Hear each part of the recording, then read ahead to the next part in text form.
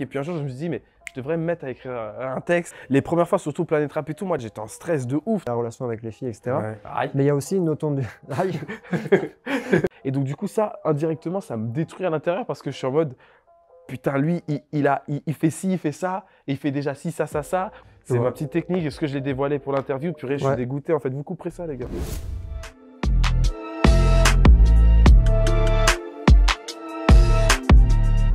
Salut Loïc. Déjà, je suis ultra content de te rencontrer, de passer ce moment avec toi parce que du coup, j'ai eu l'occasion, tu vois, de te voir pas mal. D'abord par le docu de Big Flo et Oli, tu vois, j'ai commencé à te découvrir.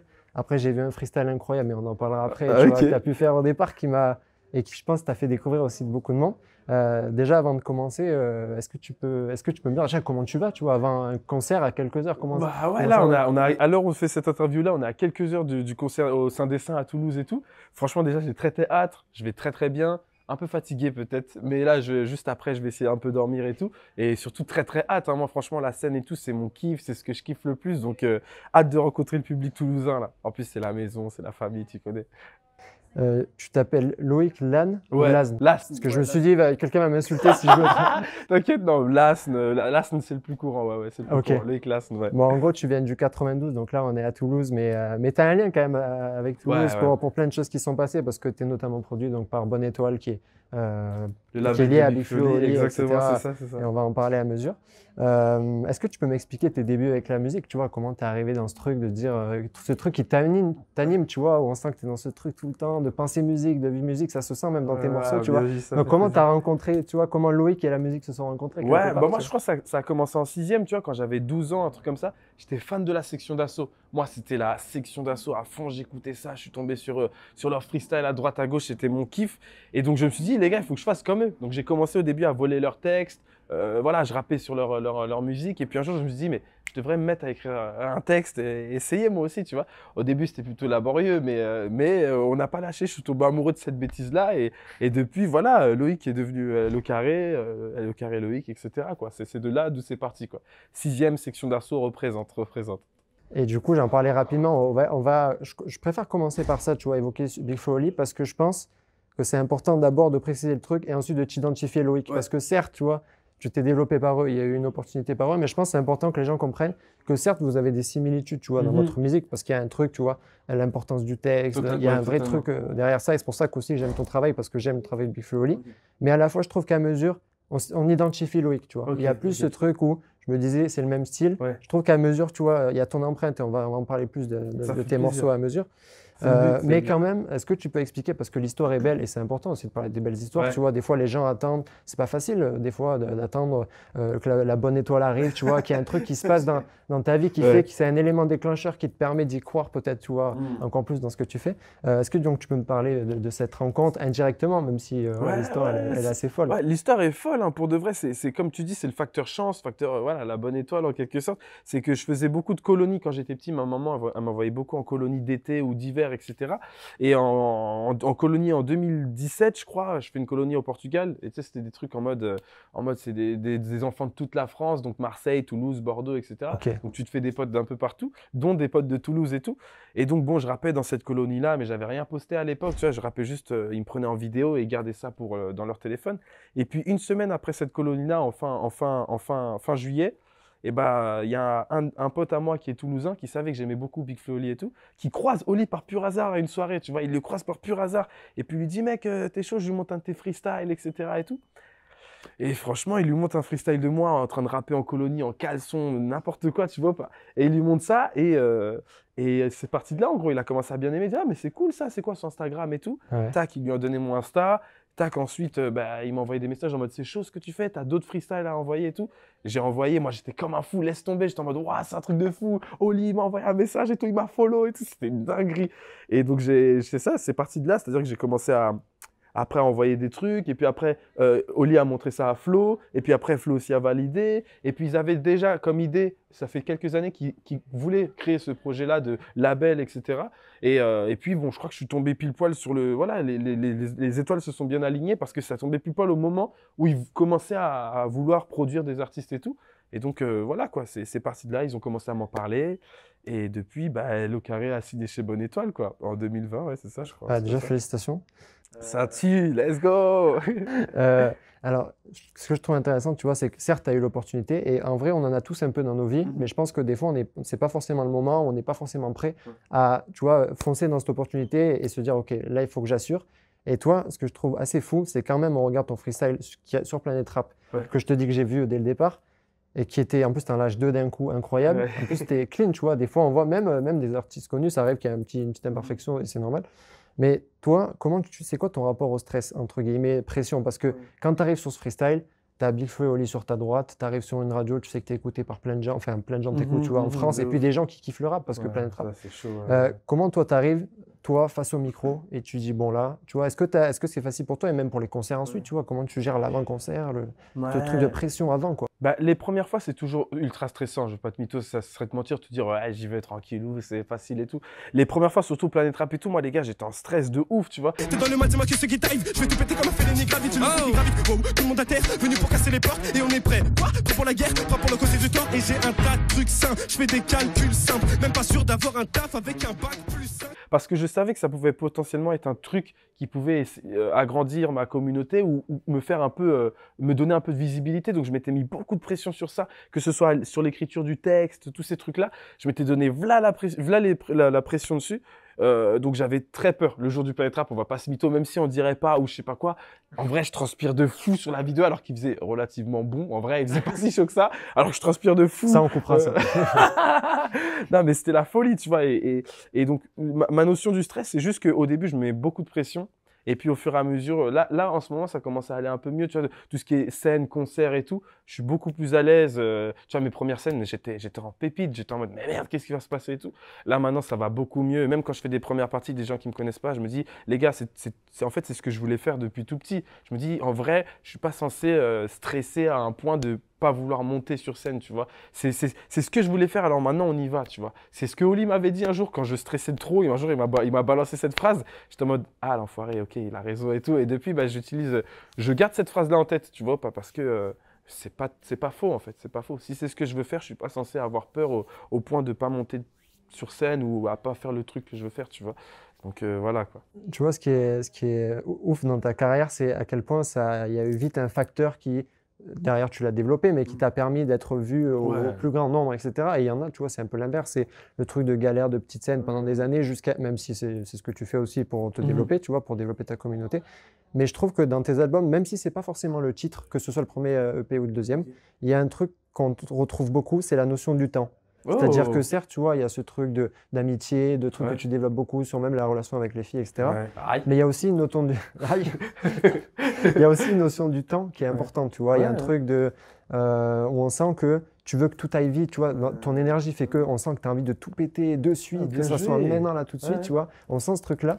Et du coup, j'ai envie de savoir, tu vois, comment tu vis le truc au jour le jour, au niveau de, tu vois, de cette envie de réussir. Est-ce que tu n'as pas peur que tout s'arrête à tout moment, tu vois. Comment tu vis ce truc de temps? Parce qu'on a l'impression que tu veux que tout aille trop vite et que des fois, pardon, c'est même une pression, tu vois, de vouloir que ça aille trop vite. Tu as envie que tout arrive d'un coup parce que ça a commencé aussi comme ça, tu vois, dans ton développement. Mais c'est totalement ça. En fait, c'est le piège quand tu es un artiste en développement, en fait, c'est que t'as pas percé, mais en réalité, tu vois, t'as un bon début, mais t'as pas encore percé. C'est-à-dire que tout peut s'arrêter du jour au lendemain. Tu vois, tu peux faire des bonnes stats sur une musique, deux musiques, et puis après, Ouais, tu dis que c'est un acquis alors qu'en fait. et pas du tout, en fait. Tu vois, tu vas dire, ah, ça y est, j'ai fait une maroquinerie, je fais une boule noire, c'est carré. Pas du tout. C'est ça carré, ouais. C'est ça la complexité d'être un artiste en développement parce que tout peut s'arrêter et c'est ce stress-là permanent qu'on a. Enfin, en l'occurrence que j'ai, moi, en mode, je peux pas me reposer sur ça. À tout moment, ça peut s'arrêter. Donc, il faut que je balance. Et puis moi, j'ai ce problème-là aussi où je suis obsédé par les statistiques et j'aime beaucoup me comparer à d'autres rappeurs qui ont le même niveau ou du moins qui sont un peu plus loin. Et donc, du coup, ça, indirectement, ça me détruit à l'intérieur parce que je suis en mode, putain, lui, il fait ci, il fait ça, et il fait déjà ci, ça. Ou quelquefois, je suis un peu en mode rageux, en mode, oh putain, mais lui, il rappe moins bien que moi, et pourtant, il fait déjà ci, ça. Ou il fait des moins belles stats que moi, et pourtant, tu vois. Donc, ça me détruit un peu dans le sens où je passe mon temps à me comparer. Donc, du coup, quelquefois, je dénigre mon travail, alors que ce que je fais actuellement, c'est plutôt bien, tu vois. Mais bon, je suis toujours en mode, c'est pas assez, c'est pas assez. Ouais, bien D'un sûr, côté, cette mentalité, c'est bien, tu vois. Je suis en mode, bon, on veut toujours aller plus loin. Mais il y a des moments aussi, il faut que je me pose et que je me dise, c'est quand même bien ce qui se passe, tu vois. Mais bon, quelquefois, ça me détruit, donc ça dépend. Actuellement, là, je suis en mode, ah! Là, quand je fais des scènes comme ça, ce soir, je serai en mode, ça fait plaisir. Tu vois, j'ai un public, je me dis, putain, c'est cool. Il y en a qui rêveraient de faire déjà ce que je fais. Ouais, bien Sauf sûr. que moi, je rêve de faire ce que les autres font en plus gros, tu vois. Donc, c'est toujours plus, en fait. Et à un moment, il y avait une parole d'un texte, c'était genre, tu sais, ça fait 10 mois que j'ai pas encore sorti de son. Ouais, tu ça vois, fait 6 mois, 10 mois que j'ai pas sorti de son. Des fois, je me demande si je suis encore rappé. Ouais, c'est ça. et je vais pas faire la même chose que toi. Je te laisse ton métier. Tu vois, moi, je reste aux questions, ça me va. Enfin, après, si vraiment un jour tu veux que je fasse un EP, Attention, là, on monte sur scène dans 2 heures. Peut-être tu montes, tu fais les bacs d'un morceau. tu es le mec qui sait que faire ça. Tu sais. Ouais, et du coup, tu vois, il y a quand même ce truc de, tu vois, ça fait 10 mois que j'ai pas sorti de son. Est-ce que je t'ai encore rappé Est-ce que, parce que toi en plus tu avais tes études en même temps, ça ne devait pas être facile, comment il est ton rapport à l'inspiration aussi? Parce que c'est pas parce qu'on a envie de faire des sons, déjà avant de faire des scènes, etc., qu'on a l'inspi de son couplet, de son truc. Toi, c'est quoi ton rapport? Parce que du coup, on l'a dit, tu veux que ça aille vite, tu veux te développer, mais à la fois, c'est pas parce qu'on a envie d'écrire un son qu'en 2 jours, on peut se dire, bon, allez, ça prend 4 heures. Tu vois, c'est pas comme ça. Il y a un truc où tu peux être bloqué pendant une semaine ou pendant 3 mois, te dire, putain, mais j'ai pas la dernière phrase du truc. Comment ça se gère, toi? Comment tu… Franchement, moi, l'écriture, ça dépend. Tu vois, je marche inspiration. Ouais, C'est-à-dire c'est que un feeling, voilà, c'est un feeling. Après, bon, en ce moment, je me suis vraiment mis en tête que voilà, c'est quand même un travail et tout, et que il faut pas que j'attende comme ça l'inspiration et tout. Je dois quand même me forcer à écrire. Tu vois, je me force quand même à écrire au moins 1 phrase, 2 phrases tous les jours. Tu vois, pour au moins rester un truc. Et ça marche. Enfin, je trouve que ça marche parce que quelquefois, tac, je vais aller dans mes notes, je vais checker une phrase ou des thèmes quelquefois, juste des thèmes, tu vois, des idées et tout. Et non, moi, c'est comme ça que je marche en gros, inspiration, c'est-à-dire que dès que je suis bien inspiré, ok, on passe toute la journée dessus et tout, mais quand il n'y a pas, eh ben, je fais pas rien, j'essaie quand même de chercher au moins une idée de thème, ou bien je regarde un film ou un truc, ou même j'essaie de sortir avec les gars. Ouais, Tu sais, il faut vivre des trucs aussi, tu vois, pas pour, des expériences. voilà, pour aider l'inspiration et tout. Donc, c'est comme ça que ça marche. J'attends pas l'inspiration, j'attends plus. Avant, j'attendais. Maintenant, j'essaie de toujours la chercher, de pousser le truc, parce que c'est un truc où là, ça commence à devenir sérieux. Enfin, ça devient un métier, donc il faut vraiment être sérieux. On est en développement. Si on veut si on veut passer en développement à confirmer, il faut, je pense, ce step-là de écrire très souvent, tu vois. Moi, quand j'étais au collège, j'étais aussi très fan, et on en parlait tout à l'heure, dans les coulisses de section d'assaut. Aïe, t'es un monstre. Ouais, SXION dans la maison, ouais. Et, ils sont là? Non, je suis Oh putain. et tu vois, il y avait des sons, des trucs ultra kickés, rapides, machin, que je connaissais par cœur. On en parlait tout à l'heure. Il y avait une musique on s'est refait, Le Nouveau Monde. Ok. Oh putain, t'es un ancien. Attends, ouais, okay. Je suis un ancien. Attends. Ouais. Mais moi, je la connaissais par cœur. 50 fois, je me la suis chantée chez moi. J'étais incapable de suivre les moments où le gars allait super vite. Donc, comment tu fais, toi, sachant qu'on dirait trop qu'être rappeur, c'est un acquis de pouvoir rapper vite. Moi, si je fais tes musiques, là, je me mets sur la musique, je vais pas… je vais être en PLS au sol, tu vas me réanimer. Tu vois. Comment est-ce que tu apprends la respiration, la diction? Est-ce que tu as eu un moment, un entraînement, où c'est vraiment que de la répète, de chanter des trucs, de rapper, tu vois? Franchement, après, je rappe pas vite tout le temps. Ça m'arrive de rapper vite sur certains intros. Tu sais le faire, quoi. Voilà, je sais le faire, effectivement. Et non, je me suis jamais entraîné. Je pense que c'était comme toi. J'étais fan de la section quand je voyais Gims. T'es bête ou quoi, DVD, c'était un truc de fou. J'étais en mode, ouais, c'est trop stylé. Ça, je sais pas le faire, ça. Excuse-moi, je te dis un bruit de fou, excusez. C'est la section qui a… Non, mais tu vois ce truc-là, et je pense que c'est eux aussi qui m'ont un peu matrixé, toi, à vouloir rapper vite et tout. Et non, en vrai, je me suis jamais entraîné. Je pense que c'est… Quand tu as envie de le faire, tu essayes. Au début, c'est compliqué. Et puis, au final, tu vois qu'il y a des enchaînements de mots qui marchent mieux que d'autres. C'est des petites techniques, ça aussi, que j'ai et que je capte un peu dans les autres rappeurs, par exemple Nekfeu ou des trucs comme ça. Quand ils vont rapper vite, tu sais, ils vont prendre des mots assez… facile à coller, tu vois. J'ai tellement du mal à m'en laver les mains, je me demande qu'est-ce que j'aime. Tu vois, c'est des trucs faciles à dire, donc tu peux le dire beaucoup plus rapidement, tu vois. C'est comme ça que j'analyse un peu et je me dis, ah ok, je devrais faire comme ça si j'ai envie de rapper vite. Tous les matins, je me lève, tu vois, il y a toujours des… C'est ma petite technique. Est-ce que je l'ai dévoilée pour l'interview? Purée, je suis dégoûté. En fait, vous couperez ça, les gars. Ouais, mais je vais m'entraîner, là. Je vais pas le dire, moi. Il y a un truc aussi, je trouve, c'est que, tu vois, je trouve de nature, t'es extraverti, tu vois, t'as la gestuelle, t'as le truc, t'occupes l'espace, tu vois, on te voit, je trouve. Okay. Et à la fois, tes textes, je trouve que, tu vois, tu te livres pas mal, et depuis le début, en vrai. Et du coup, je me dis, est-ce que même si t'es extraverti, t'es quand même à l'aise avec le fait de parler de certains sujets que tu parles en musique, ou est-ce que c'est un genre de truc secret pour toi, que tu vois, une genre de thérapie pour toi. Tu vois, comment est-ce que tu es capable de parler de sujets dont tu parles dans tes musiques aussi facilement, tu vois, que quand tu les chantes sur une scène, tu vois. Bien joué. Bien joué, c'est totalement ça. En réalité, moi, je suis pas très Chacun bavard. son métier. De ouf, de ouf. Non, ouais, dans la vraie vie, je suis pas très bavard. En gros, moi, j'aime bien. Ça va, tout va bien, ouais, on est là, tu vois. Ouais. Et après, c'est plus en musique où si j'ai un truc qui me pèse un peu, c'est là où je vais l'écrire, ça va me faire du bien, tu vois. Ça m'arrive quelquefois d'écrire des morceaux et carrément bref, voilà quoi, de kiffer tellement de morceaux que ça me touche de ouf, tu vois. Et non, pour moi, c'est en guise de thérapie, tu vois. Quelquefois, il y a des choses que j'ose pas dire et tout, que tu comprends en musique, tu vois. Enfin bon, pas en. Ouais, si, c'est ça, c'est totalement ça, tu vois. J'aime pas trop parler en réalité. Je trouve ça relou, un peu barbant. Les mecs qui parlent tout le temps, ouais, j'ai fait ci, j'ai fait ça, je me sens comme si, ça y est. Mets-le en musique, comme ça les gens t'écoutent, quoi. Je préfère en tout cas. Après, il y en a qui le dépensent autrement, qui font de la danse, qui chantent, je sais pas, qui écrivent juste des livres et tout, tu vois, ou d'autres voilà, ça dépend. Qui vont voir des psys, d'autres, tu vois, moi je préfère écrire tout ça. Là, je parle de la partie un peu coulisses, tu vois, mise en place, création de tes textes, de ta musique. Après, il y a la partie scène, du coup, comme tu es extraverti, c'est mon truc préféré, ça, laisse tomber. Déjà, bon, là, moi, si j'avais une question sur est-ce que tu préfères ça, là, déjà, tu m'as terminé. Ouais, laisse tomber, c'est le concert à fond. Qu'est-ce que ça t'a fait la première fois, toi qui es si passionné, que tu entends des gars en face de toi qui chantent tes sons? J'avais des frissons. Moi, la première fois où il y avait vraiment autant de gens et tout, c'était à la Boule Noire à Paris. Je crois que c'était ça, si je dis pas de bêtises, c'était la Boule Noire à Paris. Tu vois, là, il y avait, je crois, c'était complet, donc c'était 200 personnes.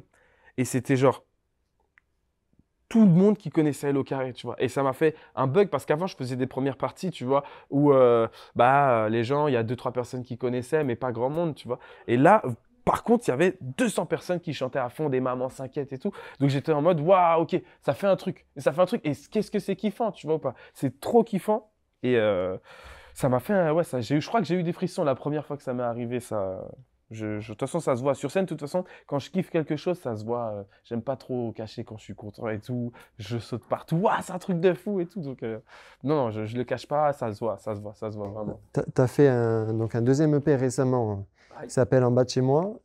C'est fou parce que d'ailleurs, tu as commencé à écrire assez jeune parce que ton premier EP, tu étais assez jeune. Ouais. Et ce que je trouve d'ailleurs fou, c'est ta maturité dans tes sons, même sur le premier EP. Parce que là, on va quand même parler du deuxième EP. Ouais. Mais le premier, franchement.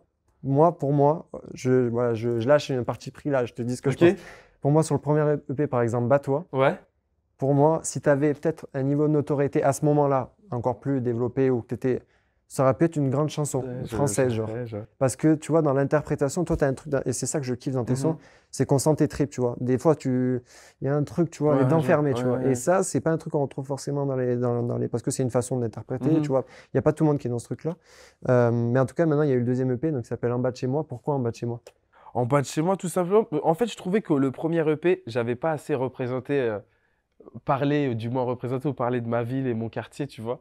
En fait, c'était juste ce truc-là où j'étais en mode, un peu deg, tu vois. Les gens me connaissaient, mais on savait pas spécialement d'où je venais, tous ces trucs-là. Et tu sais, quand tu viens d'un quartier, etc., il y a toujours cette notion-là, tu sais, dans le rap, toujours cette notion-là de représenter d'où tu viens et tout, que j'ai pas assez fait, je trouve, dans dans le premier projet, que je voulais faire dans le deuxième, même si dans les textes, dans les paroles, j'en parle pas encore assez. Je me suis dit, au moins, si je dédie le nom et la cover à ma ville, à ma cité et tout, ce serait déjà un beau présent en fait, un beau cadeau, tu vois. Donc c'est pour ça qu'en fait j'ai voulu faire En bas de chez moi parce que c'était en mode voilà, viens voir En bas de chez moi, on tourne ça En bas de chez moi, bienvenue En bas de chez moi quoi, tu vois ou pas.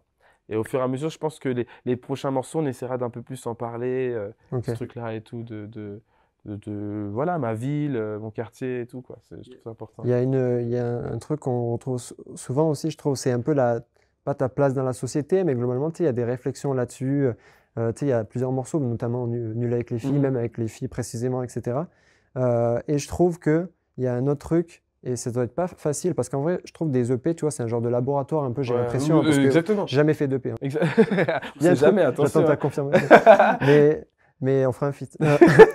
Pardon, mais Mais Ouais, ouais, c'est un et donc, laboratoire. tu vois, c'est un laboratoire, tu te testes aussi, tu apprends parce que c'est pas encore un engagement Totalement. d'album, etc. Est-ce que entre le premier et le deuxième, tu commences à trouver peut-être ta patte artistique, tu vois, ta vision un peu de la musique, parce Mm, que là, tu testes plein de sons, peut-être mm. plein de styles. Est-ce que tu commences à avoir une direction, tu vois, de ce que tu aimes vraiment, de ce que tu Ouais. as envie de faire, tu vois? Ouais, c'est ça. En gros, comme tu dis, les EP, c'est plus des laboratoires, donc tu testes un peu plein de trucs. Il n'y a pas besoin d'avoir une ligne directrice sur le projet, tant que c'est un peu ton univers et tout. Donc, ouais, moi, mon objectif avec le premier et le deuxième, c'était un peu voir où est-ce que je pouvais emmener mon public, jusqu'à où il pouvait aller. Tu vois, Ouais, ouais. de base, je sortais des freestyles full rap, et puis je me suis dit, premier EP, je vais sortir un Comme truc beaucoup un peu. d'ailleurs, il y a une évolution, Tu il y a vois une pas? variation, C'est enfin, ça. Et je me suis dit, une ouverture est-ce que d'esprit si un peu. j'essaye des trucs nuls avec les filles, guitare et tout, ça va passer? Est-ce que si j'essaye des trucs un peu club, comme fan club, un truc qui tape, tu vois? Donc c'est vraiment, j'expérimente un peu tout, je check ce qui passe moins bien. Et puis après, ça me permet aussi pour l'album de pouvoir bien filtrer et aller sur un truc qui va tout droit et qui va plaire au max de monde tout en restant moi-même et en me faisant kiffer, tu vois? Donc ouais, c'est plus un laboratoire, j'essaye un peu tout, tu vois? Si là, je te dis, ce soir, tu peux. Bon, là, tu as un concert. On Ouais. oublie le concert. Tu dois partir en sud avec le mec de ton choix pour faire un feat là, maintenant, là. Sans histoire de paix ou pas, tu calcules pas, tu dois faire un son ce soir avec quelqu'un. Tu me dis qui? Rappeur En français? dehors de moi, hein, mais Rappeur français, je te dirais Nekfeu. ouais. Nekfeu que je kiffe beaucoup. Après, pour le rêve de gosse, je te dirais Gims. Gims, ce serait un truc de fou. Ce serait un truc de fou. Genre, Derrière, ça fait. Ouais, ouais, ça. Je sais pas, c'est mon. Tu sais, ce serait un rêve de gosse en mode Gims et tout. Après, Big Flo Oli, ces trucs-là, bien sûr, c'est rêve. Mais bon, ça, tu vois, vu que je les connais, c'est un peu plus palpable, ce genre de choses à faire, tu vois. C'est là, je suis dans mon imagination. Ouais, Nekfeu ou Gims. Muggy What I Know. Ouais, nous, on fera un truc de fou. Ouais, si. T'inquiète, ça va le faire. Et c'est quoi là, pour l'instant, le meilleur moment de ta carrière? Le truc le plus fort, tu vois, où tu dis, oui, ce moment-là, Ouais, quelque je chose que l'ai, je fais demain. je l'ai. Je fais genre, je réfléchis, mais je l'ai. C'était là, c'était le 28 octobre, c'était à la Maroquinerie. C'était ma deuxième date en tête d'affiche à Paris. Ouais. Puis on avait fait la boule noire. Sur toute une partie des gosses, je me suis fait avoir. Une autre fois, j'ai pardonné tous tes fautes. On a fait les 400 coups, écouté les mêmes sans bout. Peur de rien, tu te souviens, nous, on traquait les mêmes filles en couple. Donc 200 personnes. Et là, à la Maroquinerie, c'était 500 personnes.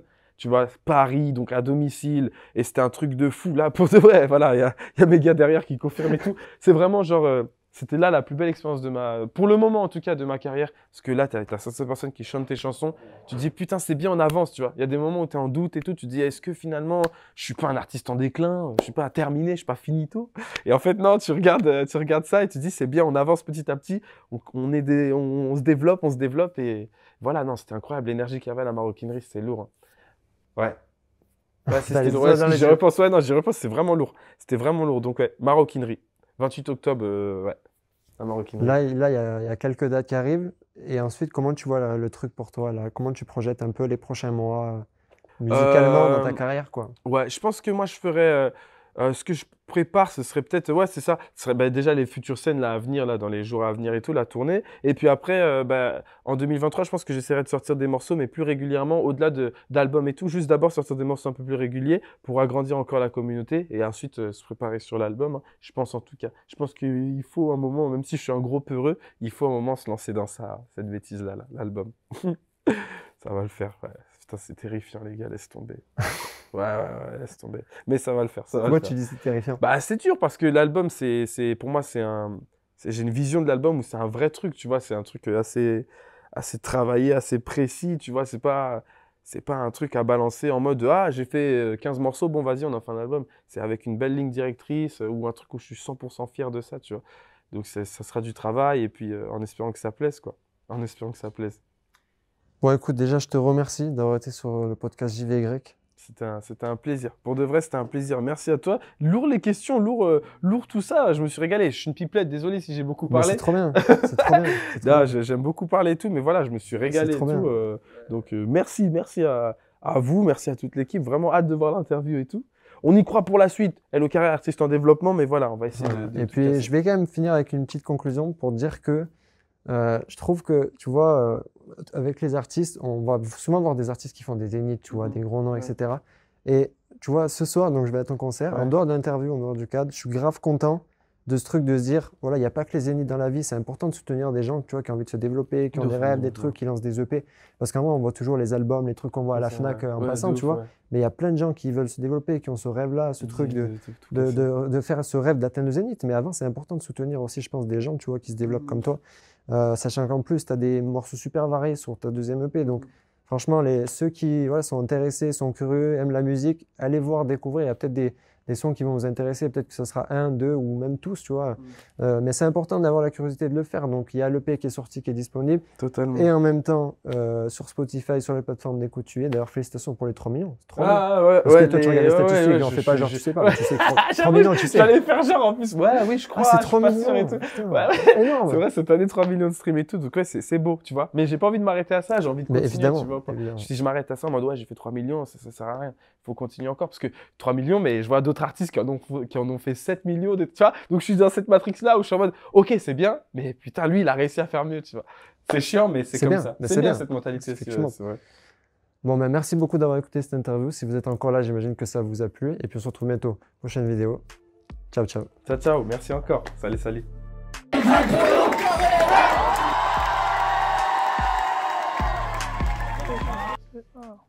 T'es ambiancé déjà? Ouais, là, toujours. De toute façon, je suis toujours en full énergie. T'inquiète pas pour ça. Ça, oui, ça j'avais compris.